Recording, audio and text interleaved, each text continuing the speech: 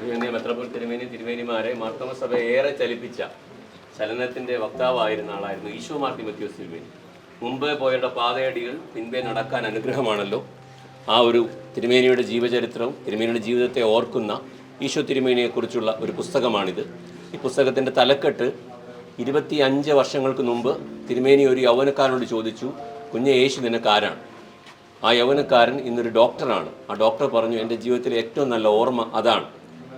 ആ ടൈറ്റിൽ വെച്ചാണ് ഇട്ടേക്കുന്നത്. ഈ പുസ്തകം പ്രസിദ്ധീകരിക്കാനുള്ള എല്ലാ ക്രമീകരണങ്ങളും ചെയ്യുന്നത് അഭിമന്യ സെറാഫിൻ തിരുമേനിയുടെ നേതൃത്വത്തിൽ അടൂർ ഭദ്രാസനമാണ്. പുസ്തകത്തെക്കുറിച്ച് ഹ്രസ്വമായ വാക്കുകളിൽ പോൾ ജേക്കബ് അച്ഛൻ പ്രസൻറ്റ് ചെയ്യുന്ന അഭിമന്യ മെത്രാപ്പൊലീത്ത തിരുമേനി റിലീസ് ചെയ്യണമെന്ന് അപേക്ഷിക്കുകയും ചെയ്തു. മെത്രാപ്പൊലീത്ത തിരുമേനി, മറ്റ് തിരുമേനിമാരെ, പ്രിയപ്പെട്ട അച്ഛന്മാരെ, പ്രിയ സ്നേഹിതരെ, സെമിനാരി സുഹൃത്തുക്കളെ,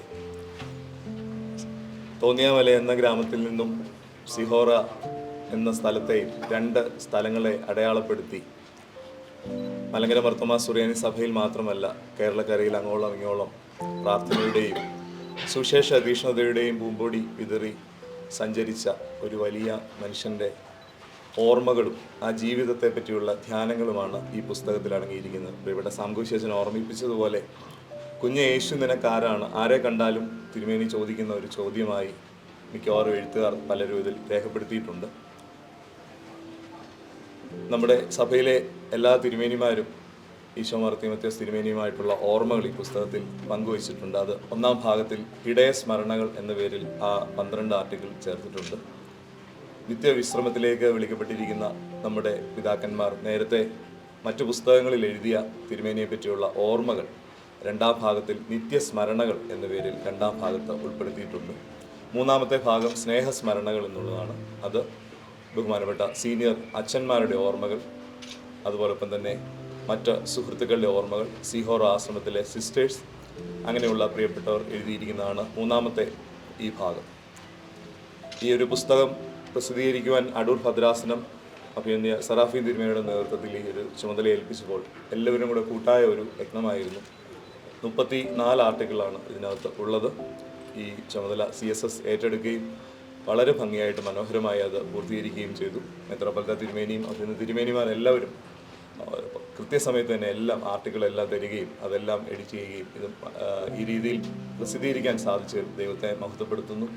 തിരുമേനിയുടെ ഈശോ മാർ തീമോത്തിയോസ് തിരുമേനിയുടെ ജീവിതവും ദർശനവും എല്ലാ കാലത്തെ അതിജീവിച്ചുകൊണ്ട് മുമ്പോട്ട് പോകുന്നതാണ്. അത് നിത്യസ്മരണയായി നമ്മുടെ മുമ്പിൽ നിലനിൽക്കുന്ന ഈ ഒരു പുസ്തകം നിങ്ങളെല്ലാവരും വായിക്കണം എന്ന് സ്നേഹിതരെ ഓർമ്മിപ്പിച്ചുകൊണ്ട് ഈ പുസ്തകം പ്രകാശനം ചെയ്ത് നൽകണമേ എന്ന് അഭിമന്യ മെത്രാപ്പൊലീത്ത തിരുമേനിയോട് വിനീതമായി അപേക്ഷിക്കുന്നു. മലങ്കര മാർത്തോമാ സുറിയാനി സഭയിൽ സ്മൃതിപഥത്തിൽ നിന്നും നിൽക്കുന്നതായിട്ടുള്ള ഒരു തിരുമേനിയാണ് കാലം ചെയ്ത ഈശോ മാർ തീമോത്തിയോസ് തിരുമേനി. എൻ്റെ നേരെ മുമ്പിൽ നിൽക്കുന്ന C. ജോസഫ് അച്ഛനാണ്. അച്ഛൻ ആൻഡമാൻസ് പോർട്ടുലർ ഇടവകയുടെ വികാരിയായിരിക്കുന്ന അവസരത്തിലാണ് തിരുമേനി അവിടെ വെച്ച് കാലം ചെയ്യുന്നതിനിടയായിട്ട് എത്തുന്നത്. വിദേശത്ത് പോകുന്നതായിട്ടുള്ള സഭയുടെ ബിഷപ്പുമാർ പ്രകാരം കാലം ചെയ്യുന്നതായിട്ടുള്ള അവസരത്തിൽ എങ്ങനെയാണ് തിരുവല്ലയിൽ എത്തിക്കുന്നത് എന്നതും എങ്ങനെയാണ് കബറടക്ക ശുശ്രൂഷയൊക്കെ ഭംഗിയായിട്ട് നടത്താൻ ക്രമീകരിക്കാൻ ഇടയാകുന്നത് എന്നതുമൊക്കെ സഭയുടെ ഒരു ആശങ്കയായിരുന്നപ്പോൾ രാഷ്ട്രതലത്തിൽ വേണ്ടതായുള്ള ക്രമീകരണങ്ങളൊക്കെ ചെയ്ത് തിരുമേനിയെ ആദരിച്ചതായിട്ടുള്ള അവസരങ്ങളൊക്കെ ഇന്നും എല്ലാവരും ഓർക്കുന്നുണ്ട്. തിരുമേനിയെക്കുറിച്ച് ഒരു പുസ്തകം കൂടി പ്രസിദ്ധീകരിപ്പാൻ്റെ കോണം അടൂർ ഭദ്രാസനം താല്പര്യപ്പെട്ടതിൽ ഭദ്രാസനത്തെ ഞാൻ അഭിനന്ദിക്കുന്നു. അതേ അവസരത്തിൽ തന്നെ ഇതിൽ ഉൾക്കൊള്ളിച്ചിരിക്കുന്നതായിട്ടുള്ള ലേഖനങ്ങൾ, അനുഭവങ്ങൾ, ഓർമ്മകൾ ഇതെല്ലാം തന്നെ ഇന്ന് വായനക്കാർക്ക് ഏറെ അനുഗ്രഹപ്രദമായി തീരുവാൻ്റെ കൊണ്ടിടയാകട്ടെ എന്നത് പ്രാർത്ഥിക്കുകയും ചെയ്യുന്നു. പോൾ ജേക്കബ് അച്ഛനാണ് ഇത് എഡിറ്റ് ചെയ്യുവാൻ്റെ കൊണ്ടിടയായിട്ടെത്തുന്നത്. അടൂർ ഭദ്രാസനത്തിൻ്റെ ആഭിമുഖ്യത്തിലാണ് ഈ പുസ്തകം പ്രസിദ്ധീകരിക്കുന്നത്. ഇത് എല്ലാവർക്കും എത്തിച്ചു കൊടുക്കുവാൻ്റെ കോണം അടൂർ ഭദ്രാസനത്തിന് സാധ്യമായി തീരട്ടെ എന്നുള്ള ആശംസകളോടുകൂടി ഭദ്രാസന അധ്യക്ഷനായിരിക്കുന്ന സെറാഫിൻ തിരുമേനിക്ക് ഇതിൻ്റെ ആദ്യത്തെ പ്രതി ഞാൻ നൽകുന്നു.